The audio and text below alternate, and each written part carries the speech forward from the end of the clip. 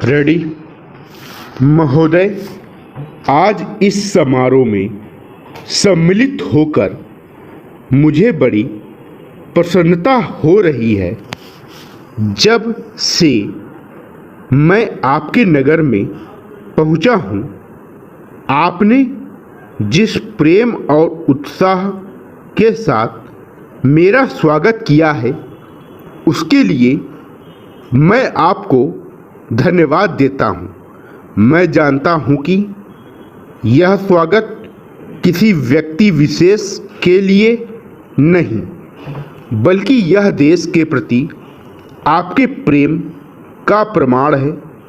भारतवर्ष जब से स्वतंत्र हुआ है, उसके सामने बड़ी बड़ी कठिनाइयाँ रही हैं, परंतु ईश्वर की दया से हम एक एक कठिनाई को हल करते गए हैं और आज कहा जा सकता है कि अब हमें प्रगति के लिए प्रशस्त मार्ग मिल गया है। यदि हम चाहें और देश के लिए आपस में मिलजुल कर साहस तथा उत्साह के साथ काम करें, तो संसार में ऐसी कोई चीज़ नहीं जो इस देश के लिए दुर्लभ हो। इसलिए एक ऐसे दिन का मनाना जिस दिन देश की उन्नति के लिए एक बहुत बड़ा कदम उठाया गया था, स्वाभाविक ही है। अंग्रेजों के साथ जिस समय स्वराज्य के लिए समझौता हुआ, उस समय उन्होंने और सब चीज़ों के साथ साथ एक काम और किया, जिसका परिणाम कुछ भयंकर हो सकता था। जहां एक ओर अंग्रेजी राज्य सीधे तौर पर चलता था, वहां दूसरी ओर देसी नरेशों के अधीन 600 से अधिक रियासतें भी थीं। ब्रिटिश सरकार ने जाते समय यह घोषणा कर दी कि ये सभी रियासतें अपने को उन सभी शर्तों और बंधनों से मुक्त समझें जो उन्होंने ब्रिटिश सरकार के साथ किए थे, और प्रत्येक का अधिकार है कि वह चाहे तो हिंदुस्तान के साथ अथवा पाकिस्तान के साथ मिल जाए या अपने को स्वतंत्र रखे। एक नीति के रूप में यह बात बिल्कुल ठीक थी, परंतु यदि हमारे देसी नरेशों के हृदय में भी वह देश प्रेम नहीं होता जो उन्होंने दिखलाया, तो संभव था कि एक भारतवर्ष के बदले आज भारतवर्ष के कई टुकड़े हुए होते। यह समस्या देश के एक भाग में अब तक तय नहीं हो पाई है, और वह भाग कश्मीर का है। उसके लिए हम अभी भी चिंतित हैं। देसी नरेशों के देश प्रेम, उनकी दूरदर्शिता और समय को पहचान कर उसके अनुसार अपने को ढाल लेने की उनकी शक्ति के फलस्वरूप ही भारत के दो टुकड़े हो जाने पर भी विशाल भारतवर्ष आज रह गया है। महोदय, वह उस भारतवर्ष से कहीं अधिक बड़ा है जो कभी किसी भी ऐतिहासिक काल में या उसके पहले किसी एक छत्र शासन के अधीन रहा हो।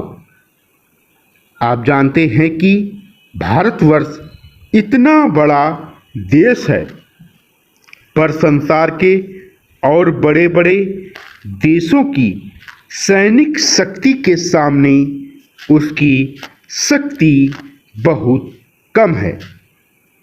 इंग्लैंड, अमेरिका और रूस की सैनिक शक्ति के सामने हमारी शक्ति बहुत कम है। ऐसी स्थिति में हमारे सामने प्रश्न यह है कि क्या हम किसी के सामने झुक जाएं, किसी के साथ मिल जाएं, या अपने को तटस्थ और स्वतंत्र रखें। किसी के साथ मिल जाने का अर्थ यह हो सकता है कि हमें उसके प्रभाव या उसकी शक्ति का लाभ मिले, परंतु उसका परिणाम भयंकर हो सकता है। यदि उन पर कभी संकट आया तो हम पर भी आएगा। यदि हम अलग रहते हैं तो हम अपने पैरों पर खड़े होकर अपनी शक्ति से बहुत कुछ कर सकते हैं।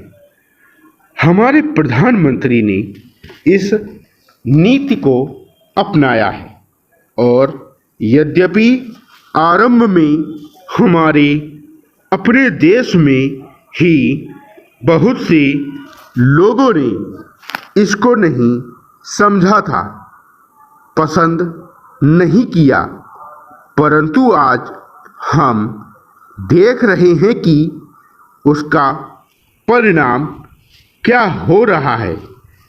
हमारे प्रधानमंत्री ने इस बात की घोषणा कर दी कि हम किसी भी दूसरे देश के साथ गठबंधन नहीं चाहते, और हम स्वतंत्र रहकर अपना काम काज अलग चलाएंगे। हमारे बहुतेरे लोगों ने यह समझा कि यदि हम किसी बलशाली देश से मिलें तो और कुछ नहीं तो कम से कम आर्थिक सहायता तो मिलेगी। जो देश यह चाहते थे कि हम उनके साथ मिलें, उन्होंने तो बुरा माना ही। उन्होंने यह नहीं समझा कि हम अपने को अलग रख रहे हैं, ना कि उनके विरोधियों के साथ मिल रहे हैं। जैसे जैसे समय बीतता गया, धीरे धीरे उन्होंने भी हमारी विदेशी नीति को समझा। आज संसार के लोग मानने लग गए हैं कि भारतवर्ष अपने दृष्टिकोण पर स्थित है। इतना ही नहीं, बल्कि एक नए देश को, जिसे स्वतंत्र हुए अभी 55 वर्ष ही हुए हैं, जो स्थान मिल सकता है उससे कहीं ऊंचा स्थान हमको मिल गया है, और हमारा उत्तरदायित्व भी बढ़ गया है। मैं मानता हूँ कि इसी प्रकार यदि हम महात्मा गांधी के दूसरे सिद्धांतों को भी अपनाएं और उसके अनुसार आचरण करें,